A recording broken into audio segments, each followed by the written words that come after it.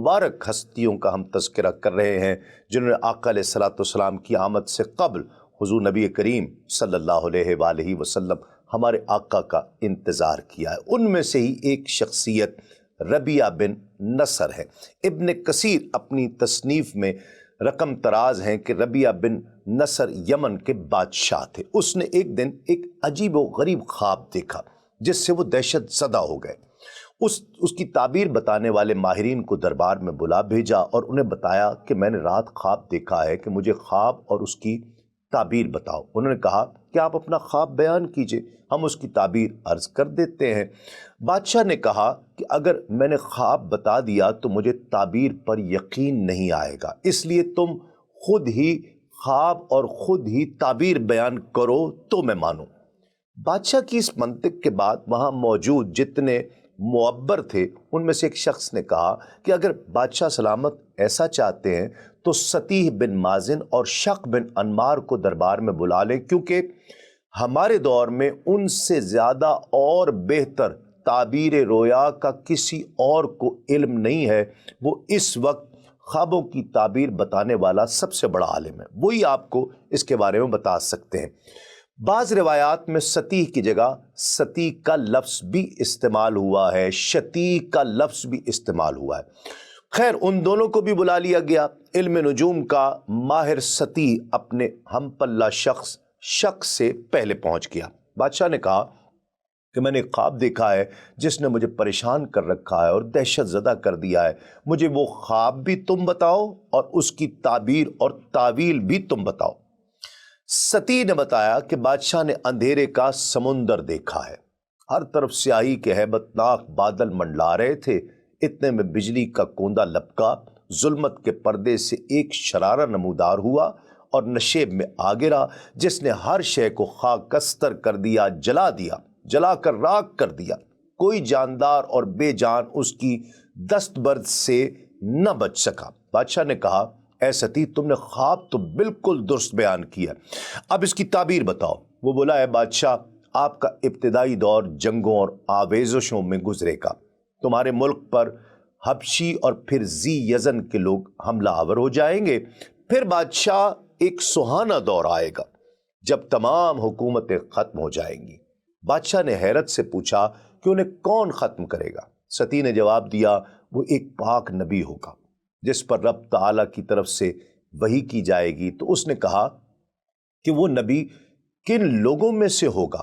کہا وہ غالب بن فہر بن مالک بن نظر کی اولاد میں سے ہوگا، ان کی قوم میں آخری زمانے تک بادشاہت پھر رہے گی۔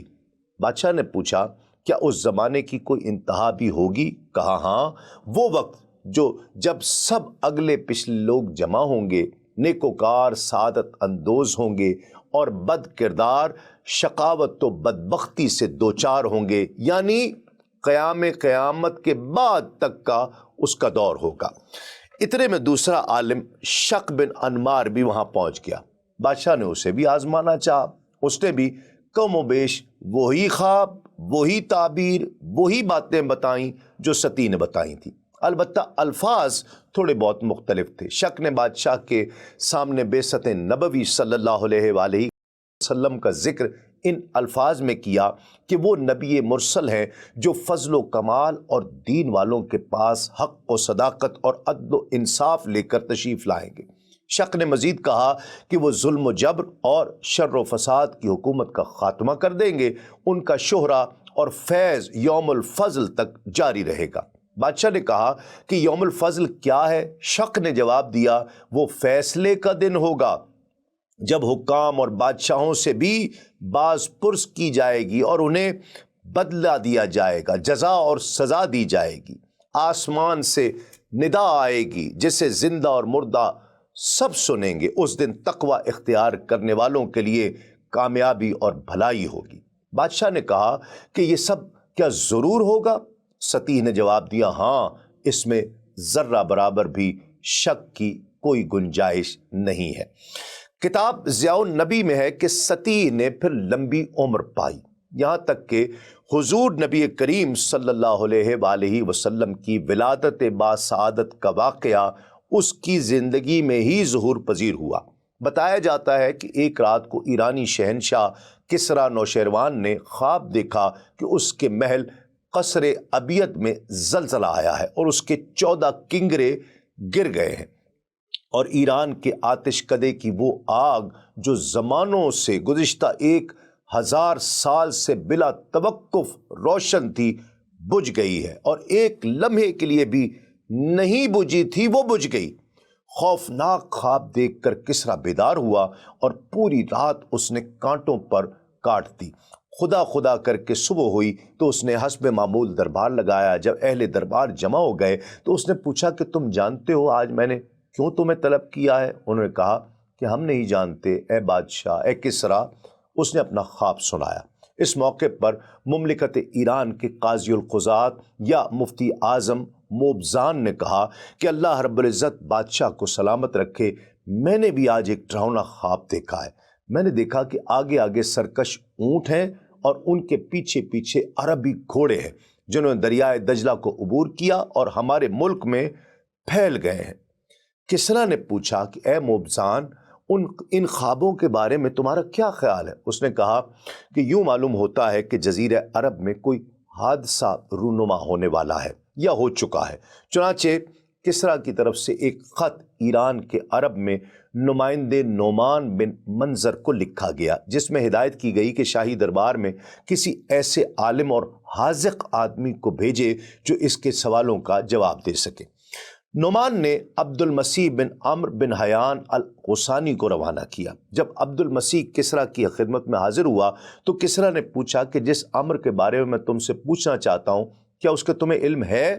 عبد المسیح نے کہا کہ یا تو آپ مجھے بتائیں یا جو آپ چاہتے ہیں وہ مجھ سے پوچھ لیں۔ اگر میرے پاس آپ کے سوال کا جواب ہوا تو میں بتا دوں گا، ورنہ ایسے آدمی کی طرف آپ کی رہنمائی کر دوں گا جو آپ کے سوال کے جواب جانتا ہوگا۔ بادشاہ نے اپنا اور موبزان کا خواب اسے سنایا۔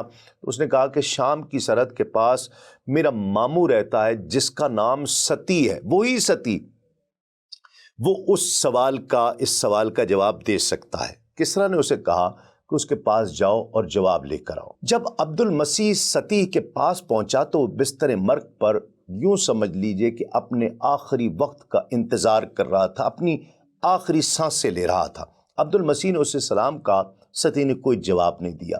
پھر اس نے اشعار میں اپنے آنے کی غرض و غایت بیان کی اور وہ خواب سنا دیے۔ ستی نے فوراً سر اٹھایا اور خواب کی تعبیر بیان کی کہ اے عبد المسیح، جب تلاوت کثرت سے کی جائے گی اور عصا والا ظاہر ہوگا اور سماوا کی وادی بہنے لگے گی اور ساوا کا بحیرہ خشک ہو جائے گا اور فارس کے آتش کدوں کی آگ بجھ جائے گی، محل کے گرنے والے کنگروں کی تعداد کے مطابق ان کے بادشاہ تخت نشین ہوں گے، ہر آنے والی چیز آ کر رہتی ہے۔ ناظرین کرام، حضرت صفیہ رضی اللہ تعالی عنہا جنہیں بعد میں ام المومنین بننے کا شرف حاصل ہوا، یہ حی بن اخطب رئیس یہود کی بیٹی تھی۔ ان کے چچا کا نام ابو یاسر بن اخطب تھا۔ آپ فرماتی ہیں کہ میرے والد اور میرے چچا تمام بچوں سے زیادہ میرے ساتھ محبت کیا کرتے تھے۔ جب بھی میں ان سے ملاقات کرتی تو مجھے اٹھا کر سینے سے لگا لیا کرتے۔ جب اللہ کے پیارے رسول صلی اللہ علیہ وآلہ وسلم قباء تشریف لائے اور بنی عمرو بن عوف کے محلے میں قیام فرمایا تو میرے والد اور چچا صبح اندھیرے منہ حضور نبی کریم صلی اللہ علیہ وآلہ وسلم کی خدمت میں حاضر ہونے کے لیے گئے اور سورج غروب ہونے کے بعد واپس لوٹے۔ جب وہ واپس آئے میں نے محسوس کیا کہ وہ تھکے ہوئے ہیں، افسردہ خاطر ہیں اور بڑی مشکل سے آہستہ آہستہ چل رہے ہیں۔ میں نے حسب معمول ان کو محبت بھرے کلمات سے مرحبا کہا، لیکن ان دونوں میں سے کسی نے میری طرف آنکھ اٹھا کر بھی نہیں دیکھا۔ یہ میرے لیے حیران کن تھا۔ میں نے اپنے چچا ابو یاسر کو اپنے باپ سے یہ کہتے ہوئے سنا کہ کیا یہ وہی ہے؟ اس نے کہا بے شک، خدا کی قسم۔ پھر چچا نے پوچھا کیا تم نے ان کو تورات میں بیان کردہ ان کی نشانیوں اور صفات سے پہچان لیا؟ اس نے جواب دیا کہ بے شک، خدا کی قسم۔ پھر چچا نے پوچھا بتاؤ اب کیا خیال ہے؟ میرے باپ نے جواب دیا خدا کی قسم، جب تک زندہ رہوں گا ان سے عداوت کرتا رہوں گا۔ ناظرین اکرام، اسی طرح ابن الحیبان کی پیشن گوئی ہے کہ بنی قریظہ قبیلہ کے ایک رئیس نے مجھ سے پوچھا کہ تمہیں معلوم ہے کہ شعبہ کے دونوں بیٹے اسد اور سالبہ اور عبید کا بیٹا اسد کیسے مسلمان ہوئے؟ میں نے کہا کہ نہیں۔ اس نے کہا کہ شام سے ایک یہودی ہمارے پاس آیا تھا، اس کا نام ابن الحیبان تھا، اور ہمارے پاس آ کر وہ رہائش پذیر ہو گیا۔ بخدا ہم نے اس سے بہتر کوئی اور نماز پڑھنے والا نہیں دیکھا۔ جب وہ دعا مانگ رہا ہوتا تو بادل گھر کر آ جایا کرتے اور بارش برسنے لگتی۔ یہ ہمارا بارہا کا تجربہ رہا۔ وہ جب مرنے لگا تو ہم سب اس کے ارد گرد اکٹھے ہو گئے۔ اس نے کہا کہ اے گروہ یہود، تم جانتے ہو کہ سرزمین شام جو ہر طرح کی آسائشوں اور فراوانیوں کی سرزمین ہے، اسے چھوڑ کر میں تمہارے اس شہر میں کیوں آیا تھا جہاں افلاس اور بھوک کے علاوہ کچھ بھی نہیں ہے؟ ہم نے جواب دیا کہ اس کی وجہ تو ہی بہتر جانتا ہے۔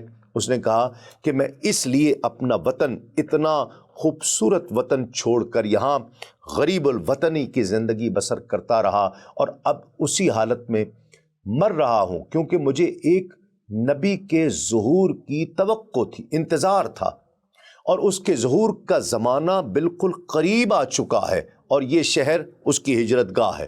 اے گروہ یہود، جب وہ تشریف لائے تو اس کی پیروی اختیار کرنا اور خیال رکھنا کوئی اور تم سے اس معاملے میں بازی نہ لے جائے۔